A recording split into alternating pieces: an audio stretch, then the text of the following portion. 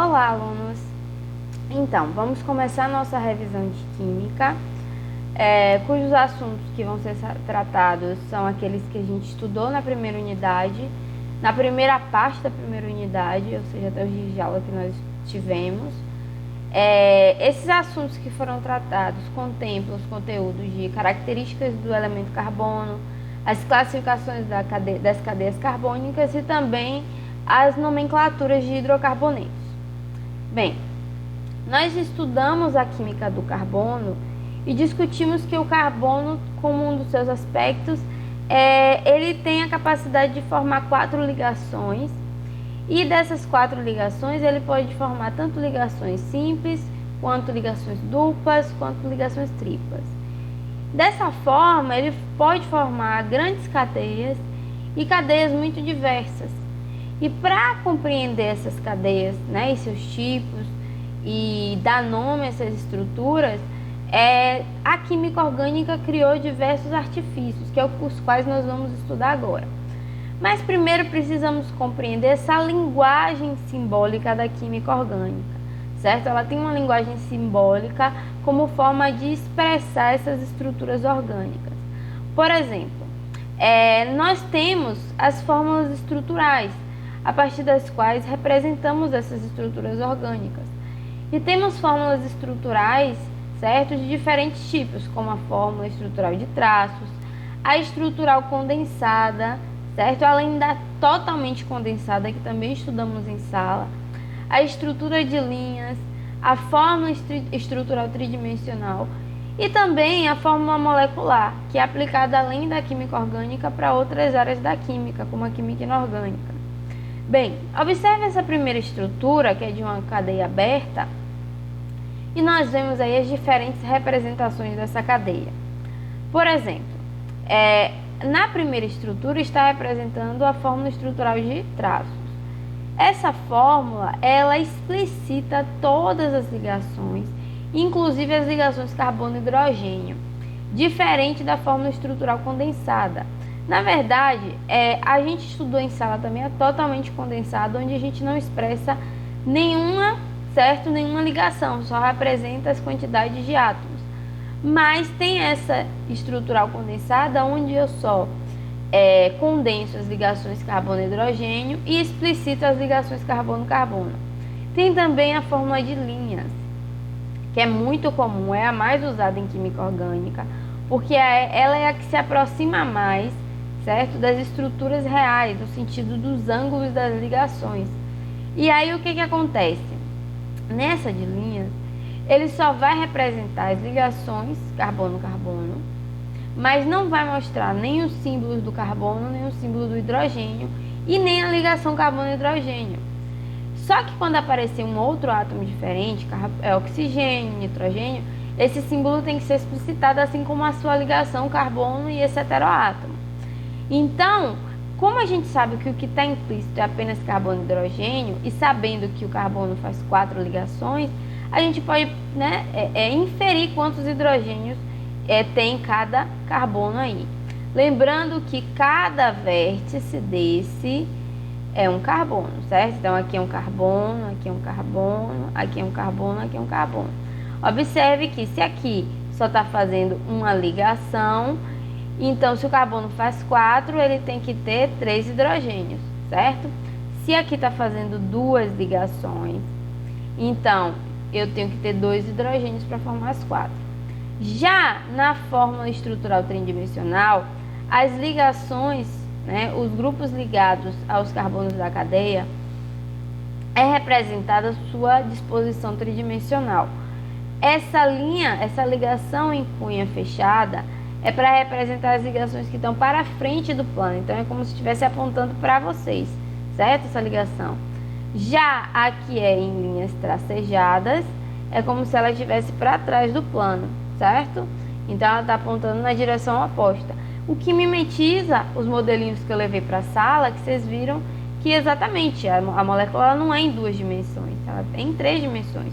Então, as ligações não estão no plano, elas estão apontando para fora e para a direção oposta das diferentes regiões em relação ao plano, ok?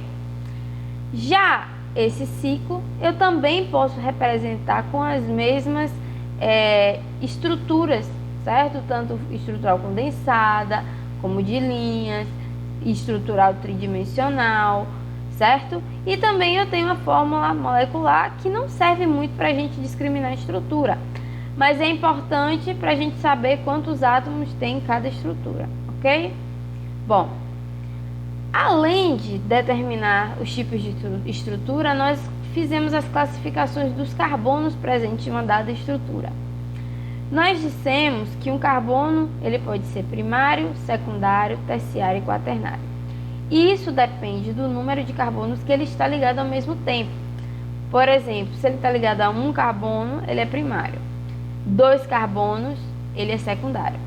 3 carbonos, terciário. 4 carbonos, quaternários. Não é quantas ligações, porque todo carbono faz 4, gente.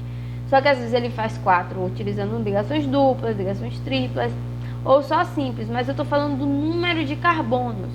Ou seja, então eu não estou considerando aí heteroátomos nem o hidrogênio. Então, por exemplo, nessa estrutura, quais carbonos estão ligados apenas a um carbono? Bom, os carbonos das extremidades. Então, esses carbonos das extremidades sempre são carbonos primários.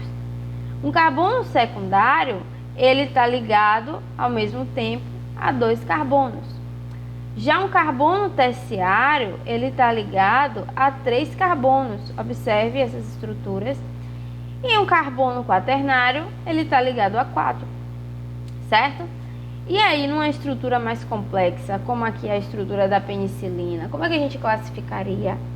Bom, então, o carbono primário, ele só está ligado a um carbono. Mas, por exemplo, se ele estiver ligado a um carbono e os outros átomos forem diferentes de carbono, ele continua sendo primário se estiver ligado apenas a um carbono. Vamos considerar esse R aqui como um grupo que tem carbono, certo? A gente, porque a molécula tem vários derivados. Por exemplo, aqui, esse átomo aqui de carbono, ele está ligado a 1, 2, 3, mas esse quarto átomo aqui é um enxofre. Então, esse carbono aqui do meio, por exemplo, não pode ser quaternário. Então, vamos visualizar aqui quais são os carbonos primários. Observe, o carbono primário é todo aquele que está ligado apenas a um carbono, certo? Então, observe esse aqui. Ele está ligado a um enxofre e ao nitrogênio, mas apenas um carbono desse anel, ok? Assim como esse, está ligado a apenas esse. Aqui é nitrogênio, aqui é oxigênio. E secundário?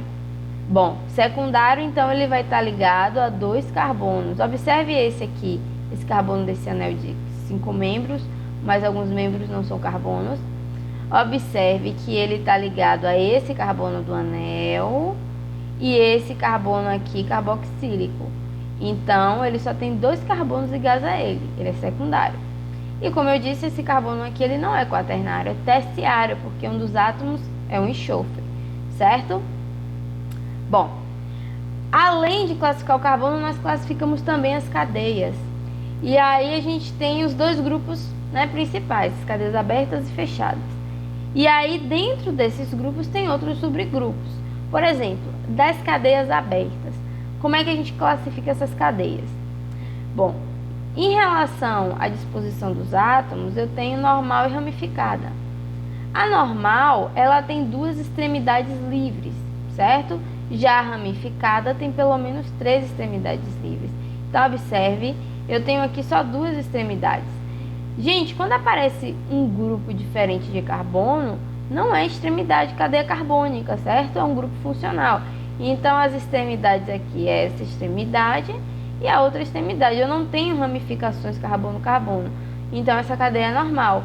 Agora, observe essa cadeia. Eu tenho aqui, ó, grupos de extremidade de cadeia carbônica caracterizando ramificações, assim como essa outra cadeia, certo? Bom, além, né, enquanto a estrutura, nós temos também os tipos de ligação, a presença ou não de ligações múltiplas. Quando há só ligações simples, a gente diz que uma cadeia ela é saturada. Quando aparecem ligações múltiplas, é insaturada. Mas não é simplesmente aparecer ligações múltiplas, é múltiplas entre carbonos, ou seja, Se aparecer uma dupla ou uma tripla com um átomo diferente de carbono, essa cadeia continua sendo saturada, ok? Por exemplo, essa cadeia, está muito claro que ela está saturada porque ela só tem ligação simples mesmo. Mas essa aqui pode gerar uma dúvida. Todavia, essa dupla é entre o oxigênio e o carbono, não é entre dois carbonos, não é dentro da cadeia, certo? Então, a cadeia é saturada, mas apresenta um grupo funcional que tem uma ligação dupla. Agora, aqui, essa dupla está na cadeia. Ela é entre esse carbono da ponta, é a forma de linhas, então aqui tem um carbono na ponta e aqui outro carbono, certo? E observe essa outra estrutura, olha só, eu tenho aqui, ó, um carbono, e eles estão fazendo uma ligação tripla. Então, há insaturações nessa cadeia, ok? Além disso, eu posso classificar também a respeito de aparecer um átomo diferente de carbono, ou seja, eu posso classificar como homogênea ou heterogênea. Agora, não é simplesmente aparecer um átomo diferente. Esse átomo tem que estar entre as ligações carbono-carbono. Por exemplo, aqui apareceu nitrogênio, oxigênio, oxigênio, mas ele não está entre ligações carbono-carbono. Logo, ele não está na forma de um heteroátomo, e sim de um grupo funcional apenas. Logo, a cadeia em si é homogênea. Essa está muito claro que é homogênea porque só tem carbonos. Já a heterogênea, o átomo vai aparecer entre dois carbonos, tá vendo? Entre dois carbonos, no meio da cadeia. Olha esse nitrogênio aqui, ó. Lembrando que nitrogênio faz 3 ligações, certo? Diferente do oxigênio que faz 2. Então aqui, ó, esse átomo de nitrogênio está no meio da cadeia, é um heteroátomo. Já as cadeias fechadas, nós temos dois grupos principais, que são as aromáticas e as alicíclicas. As aromáticas, ela tem esse núcleo aromático, que é o anel benzênico. Esse anel é caracterizado por esse sistema de conjugação, ou seja, ele tem esses 6 átomos no anel e 3 duplas, só que todos os carbonos estão participando de pelo menos uma dupla. Isso faz com que essa dupla ela possa se movimentar num fenômeno que a gente chama de ressonância. Então, essa estrutura pode ser expressa por 2 formas canônicas de ressonância. Dessa forma, ele pode ser representado por essa estrutura aqui, que a gente chama de híbrido de ressonância, certo? Então, esse núcleo aromático. Esse anel aromático ele pode estar sozinho, ou ele pode ser um poliaromático.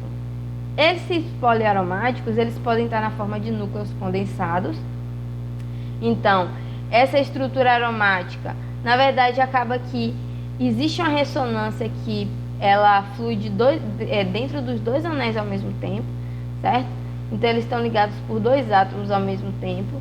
E aqui há um grupo que separa essas cadeias. Então, esses núcleos são isolados. Agora, as cadeias alicíclicas, elas vão ter classificações parecidas com cadeia aberta, por exemplo. Saturada e insaturada. Eu posso ter, dentro de um ciclo, insaturações, né, entre os átomos de carbono. Então, uma cadeia que todas as ligações dentro do ciclo, lembrando, são simples, essa cadeia é saturada. Agora, observe que aqui apareceu uma tripla, mas ela está fora da cadeia. Então, o núcleo aqui de cadeia fechada é uma cadeia saturada. Já quando aparece uma insaturação, uma dupla, dificilmente, na verdade não há ligações triplas dentro do ciclo, são estruturas instáveis, então vão aparecer duplas, aí pode aparecer mais de uma dupla. Então, quando aparecer uma ligação dupla dentro do ciclo, a gente diz que é insaturado, certo? Bom, essa cadeia também pode ter átomos diferentes de carbono. Então, eu posso classificar ela como heterocíclica ou homocíclica se há apenas átomos de carbono. Lembrando que é sobre os átomos estarem entre ligações carbono-carbono. Por exemplo, aqui o nitrogênio está fora do ciclo. Então, ele não é um heteroátomo. Essa cadeia é homocíclica. Já aqui, o nitrogênio está dentro do ciclo, certo? Assim como o oxigênio. Então, essas cadeias são heterocíclicas. A gente classifica todas essas cadeias para a gente compreender agora dentro das funções orgânicas que a gente vai estudar. E a primeira função orgânica que a gente começou a estudar foram os hidrocarbonetos. São estruturas que só têm carbono e hidrogênio. Eles são derivados do petróleo, por isso que a gente começou a estudar a química do petróleo a partir das apresentações também que vocês ficaram de estudar para apresentar durante a primeira unidade, ok? Então, olha só, os hidrocarbonetos, eles podem ser classificados em hidrocarbonetos de cadeia aberta e fechada. Os de cadeia aberta, você tem os alcanos, que são hidrocarbonetos saturados, e entre os insaturados eu tenho os alcenos, alcinos e alcadienos. Já os de cadeia fechada, eu tenho os hidrocarbonetos aromáticos, que são lá derivados daquele anel benzênico, e as cadeias alicíclicas, que são os cicloalcanos e os cicloalcenos. Então, tem cicloalcadienos também, mas a gente não vai estudar muito eles por enquanto, e vamos focar nos cicloalcanos e os cicloalcenos. Como é que a gente dá nome a um hidrocarboneto? Bom, a gente dá nome, né, utilizando essa regrinha da IUPAC para todos os compostos orgânicos que nós vamos estudar ao longo do nosso curso. Primeiro, nós vamos ter uma estrutura e nós vamos observá-la para dar esse nome a partir de um prefixo, um infixo e um sufixo. O sufixo "o" é porque a gente só vai estudar por enquanto hidrocarboneto. Todo hidrocarboneto vai terminar o nome com "o". O infixo vai estar relacionado justamente a essa classificação, se é alceno, alcino, alcadieno. Então depende da presença ou não de saturações e insaturações. Então nós vamos ver que os alcanos, eles só têm ligação simples, então utiliza o infixo "an". Os alcenos, que tem uma dupla, utilizamos o infixo "en". Alcinos, que tem uma tripla, ele vai ter o infixo "in". Já os alcadienos, eles vão ter, né, esse infixo "dien". Dienos, que tem duas triplas, a gente não vai estudar muito não, então por enquanto não precisa se preocupar muito com a nomenclatura de dienos.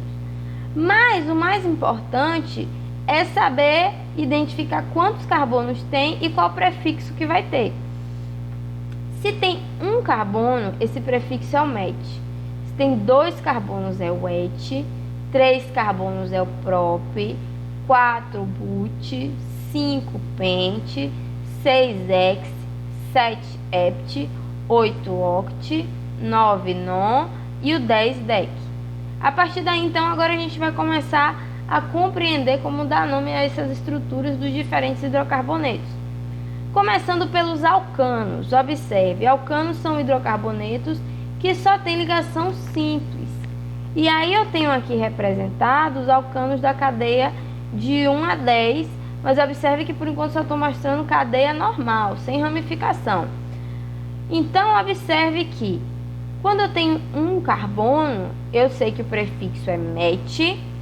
Se é um alcano, o infixo é o "an", e como é hidrocarboneto, "o". Então eu tenho aí o metano. Por exemplo, aqui, cadeia com 6 carbonos. 6 carbonos é o hex. Se ele só tem ligação simples, ou seja, alcano, tem fixo "an", e se é hidrocarboneto, termina com "o". E assim a gente denomina todos esses hidrocarbonetos. Então eu tenho metano, etano, propano, butano, pentano e assim sucessivamente, certo? E aí o que acontece? Uma coisa importante da gente se atentar aos alcanos e aos outros hidrocarbonetos é a relação entre carbono e hidrogênios, características de cada um desses grupos. No alcano, sempre eu vou ter uma relação carbono-hidrogênio, onde o número de carbonos, para saber o hidrogênio, eu sei que esse número de hidrogênios, ele vai ser o dobro mais 2 do número de carbonos. Por exemplo, se eu tenho 5 carbonos, o dobro seria 10 mais 2, 12. Então, o alcano, né, com 5 carbonos tem que ter 12 hidrogênios. Então, se eu encontrar uma fórmula C5H12, eu já sei que isso, né, pode ser um alcano. não é totalmente certeza, porque a gente não pode se basear só pela fórmula molecular, mas é um grande indício.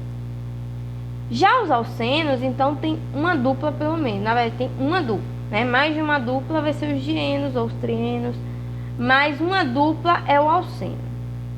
E aí, se tem dupla, pelo menos tem que ter 2 carbonos, certo? Bom, nós vimos que o infixo dos alcenos é o en. Então, por exemplo, olha aqui, eu tenho 1, 2, 3.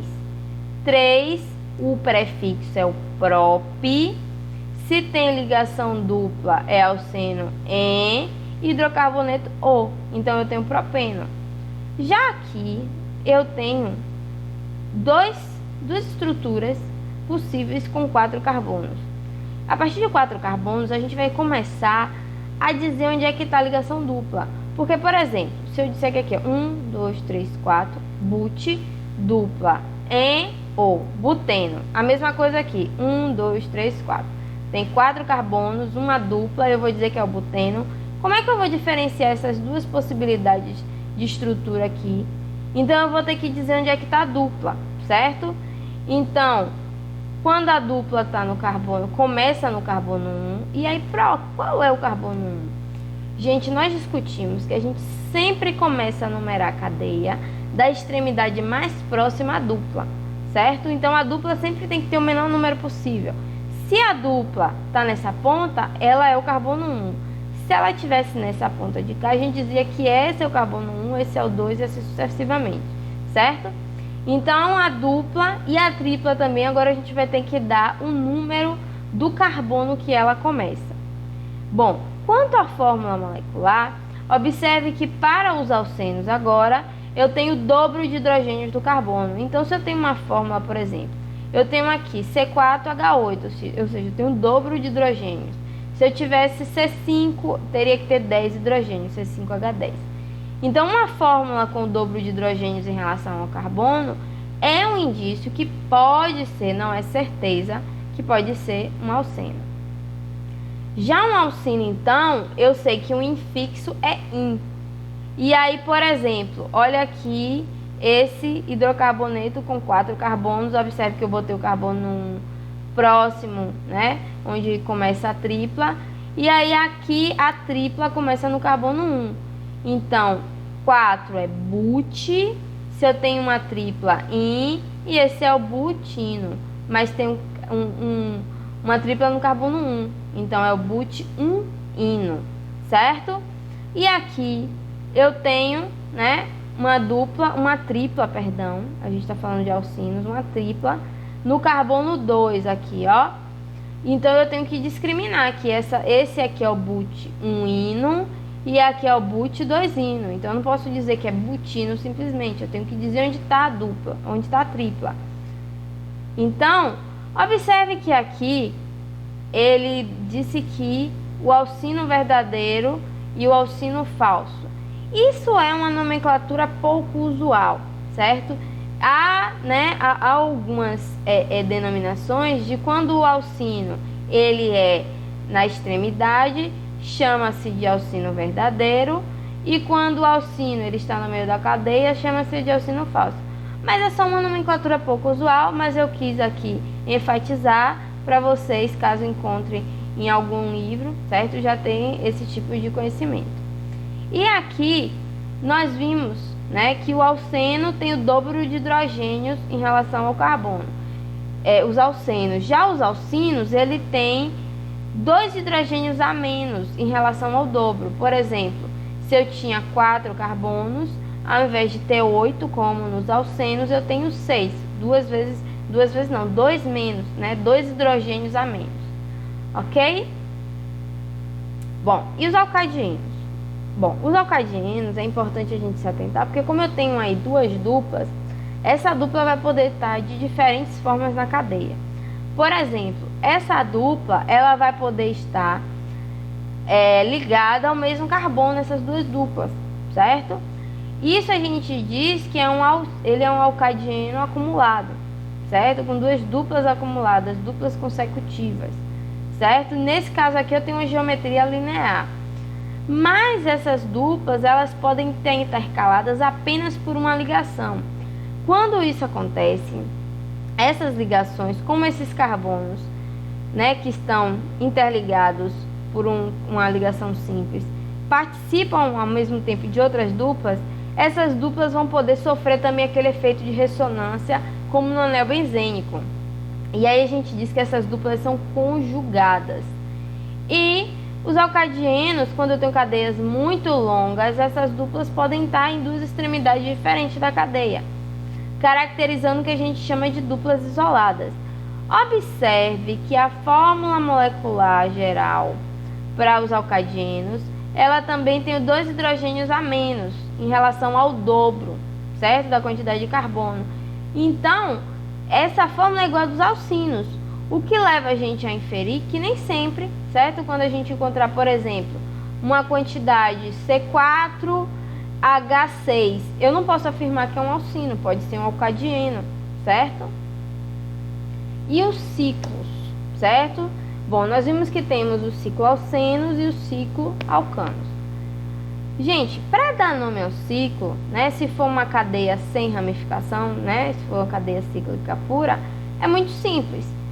Você daria um nome, certo, do alcano ou do alceno correspondente, no caso propano, propeno, butano, buteno, pentano, penteno, hexano, hexeno, e acrescenta o nome ciclo na frente. Então, né, ciclo hexano é o ciclo de 6, ciclo hexeno é o ciclo de 6 como uma dupla, ok? Então é só acrescentar o ciclo na frente da nomenclatura que você esperaria para a cadeia aberta, ok? Então observe aí também as estruturas, as fórmulas, né, moleculares gerais.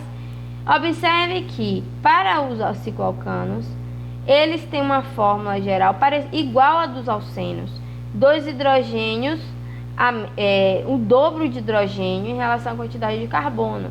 Então, por exemplo, se eu encontrar uma fórmula molecular C8H16, eu não posso afirmar que é um alcano, porque que seria um alceno, pode ser um cicloalcano, certo? Então, claro que te dá uma possibilidade mais restrita, ó, pode ser um cicloalcano, um alceno, mas eu não posso afirmar que é um ou outro se eu não tiver informações além. A mesma coisa que os ciclenos, eles têm a mesma fórmula geral dos dienos e dos alcinos.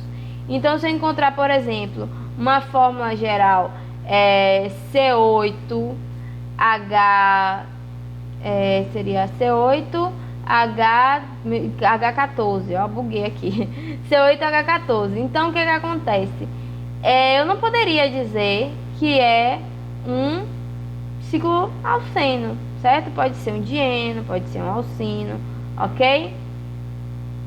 E os aromáticos, gente. Olha só, os aromáticos, então, são aquelas estruturas derivadas daquele anel aromático simples, certo? Então, aquele aromático simples que a gente viu, que é o anel benzênico, ele pode formar outras estruturas condensadas, certo? Então, um anel sozinho a gente vai chamar de benzeno, mas quando ele tiver condensado com 2, será o naftaleno, com 3 o antraceno, e se esses 3 tiverem, né, com um deles numa forma diagonal, vai ser o fenantreno, ok?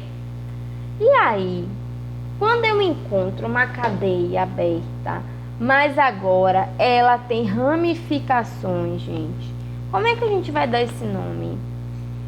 Bom, quando isso acontece, que é o mais comum, a gente vai encontrar mais cadeias com ramificações do que cadeias normais, a gente precisa analisar essa cadeia em partes. Primeiro, eu vou ter que determinar quem é a minha cadeia principal. E o que é essa cadeia principal? É o maior segmento carbono-carbono. Então, eu tenho que encontrar duas extremidades na cadeia, cuja ordem dê um maior número de segmentos carbono-carbono. Depois que encontrei a cadeia principal, o resto é substituinte. Por exemplo, aqui eu tenho um substituinte com um carbono, CH3, e 2 substituintes, que é uma extremidade com 2 carbonos seguindo a cadeia, CH2, CH3, CH2, CH3. E aí, como é que eu dou o nome a isso? Né? Então, aqui essa cadeia principal eu já sei dar o nome. Você tem 1, 2, 3, 4, 5, 6, 7, 7 é hept. Só tem ligação simples, então é an. Então aqui a cadeia principal é heptano. Mas esse grupo aqui, C2HCH3, é o etano? Ou o substituinte tem que ter um nome diferente? Vamos olhar isso aqui? Observe. Quando eu tenho substituinte, antes, né, se fosse uma cadeia principal, terminaria com O, mas eu vou substituir o O pelo IL. Então, o etano vai virar etil, o metano vai virar metil, certo? E aí, por exemplo, essa cadeia aqui é o 4,4 de etil, 2-metil heptano. Pro, como é que a gente chega a esse nome? Por que 4,4? Por que dietil? Bom, esse dietil é porque o grupo etil está aparecendo 2 vezes nessa cadeia. O 4,4 é porque as 2 vezes que ele aparece é no carbono 4. Então, eu preciso enfatizar quais são os carbonos que ele aparece. Observe aqui que o grupo metil apareceu no carbono 2 e o grupo etil apareceu no carbono 4. E por que eu coloquei etil na frente de metil?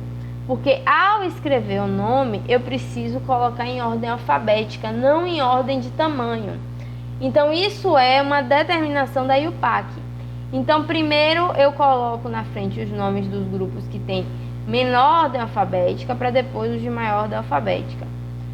E assim, por exemplo, vão aparecer ramificações mais e mais complexas, gente. Por exemplo, né? Aqui eu tenho 2 grupos metil. Se aparece 2-metil, é o dimetil. E apareceu um grupo aqui, que eu vou chamar ele de etil, certo? Porque ele tem 2 carbonos. Seria etano se fosse a cadeia principal, mas como é ramificação, eu tiro o O e coloco o IL.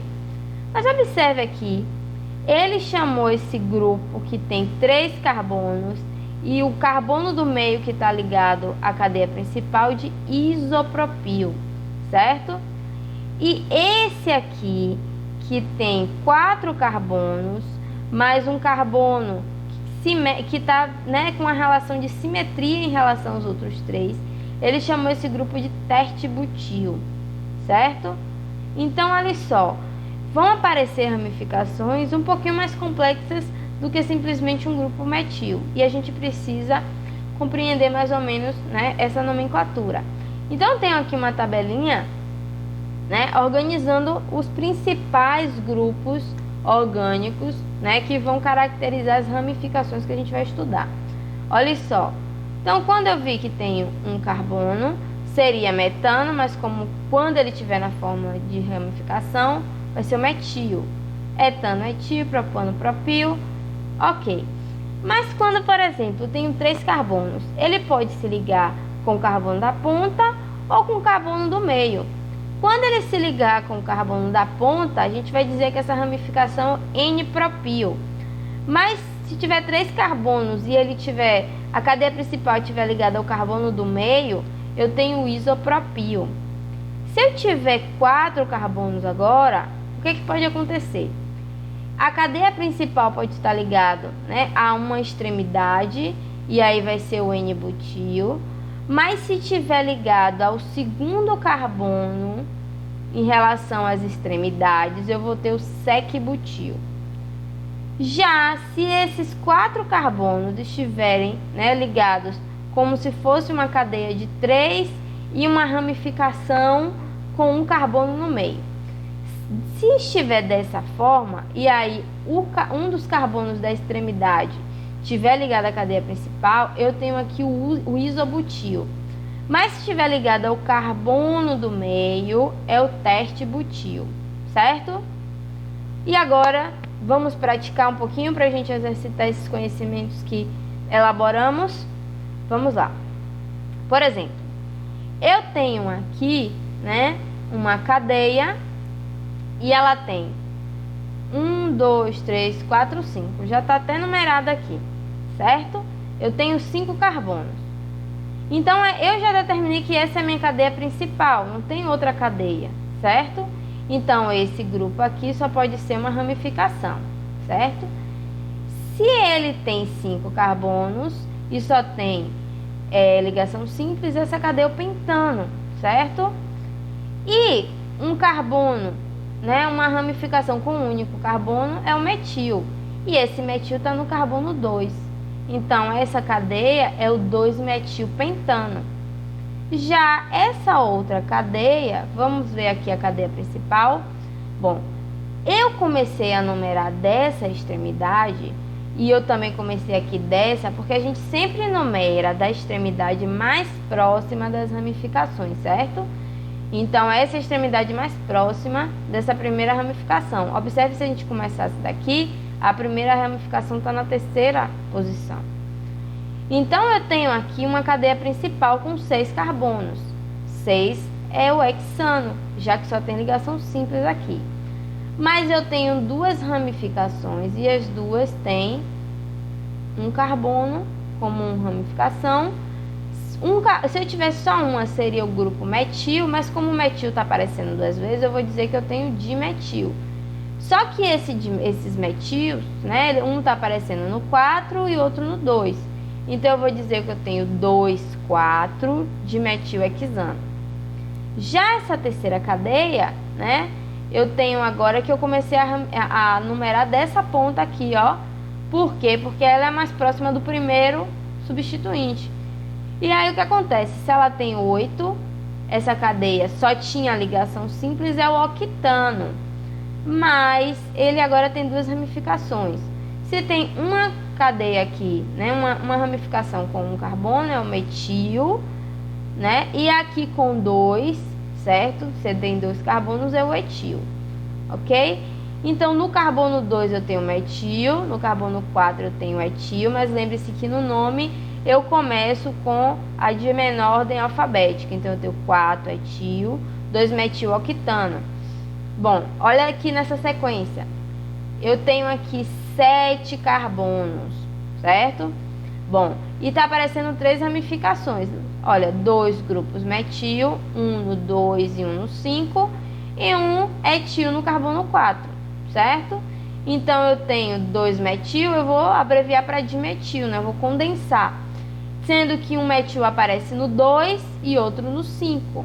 E um etil no carbono 4. Então, eu tenho 4 etil, 2,5-dimetil heptano. E agora aqui, quando aparecer alceno, alcino, dieno, vamos lá? Bom, eu tenho aqui, ó, 1, 2, 3, 4, 5, 6, 7, certo? E aí, o que acontece? Eu sempre numero da extremidade mais próxima agora da insaturação, no caso aqui a dupla. Então, eu comecei aqui como carbono 1. Essa é a minha cadeia principal. 7 é hept, né? Mas o hept, ele agora tem aqui um infixo para uma dupla. Seria o hepteno. Mas a dupla está começando no carbono 3. Então, é o hept-3eno. Mas é só hept-3eno. Eu tenho aqui, ó, um grupo metil. Então, como é o nome disso aqui? 5-metil hept-3eno. E se aparecer agora uma tripla, ó, gente, isso aqui é uma tripla, certo? Essa cadeia aqui, eu numerei ela de forma que a extremidade mais próxima da tripla ficasse sendo o carbono 1. E agora apareceu aqui, ó, uma ramificação com 3 carbonos. E esses 3 carbonos está ligado de forma que o carbono do meio que está ligado à cadeia principal. Isso configura o grupo isopropio, certo? Bom, essa ligação tripla, então, ao sino, e eu tenho que dizer onde é que está a tripla. Então, como é que fica aí? Eu tenho 5-isopropio, oct-3-ino, ok?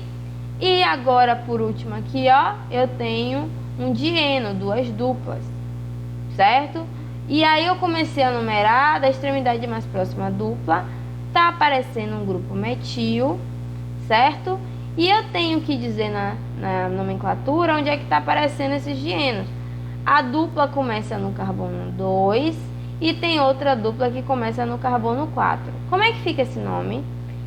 3-metil hept 2, 4, certo? de heno, ok? Bom, gente, por hoje nós ficamos aqui, certo? Revisamos alguns assuntos que nós já vimos. Nós vamos ter outras revisões para revisar os demais assuntos da primeira unidade. Espero que vocês tenham compreendido, certo? E bons estudos!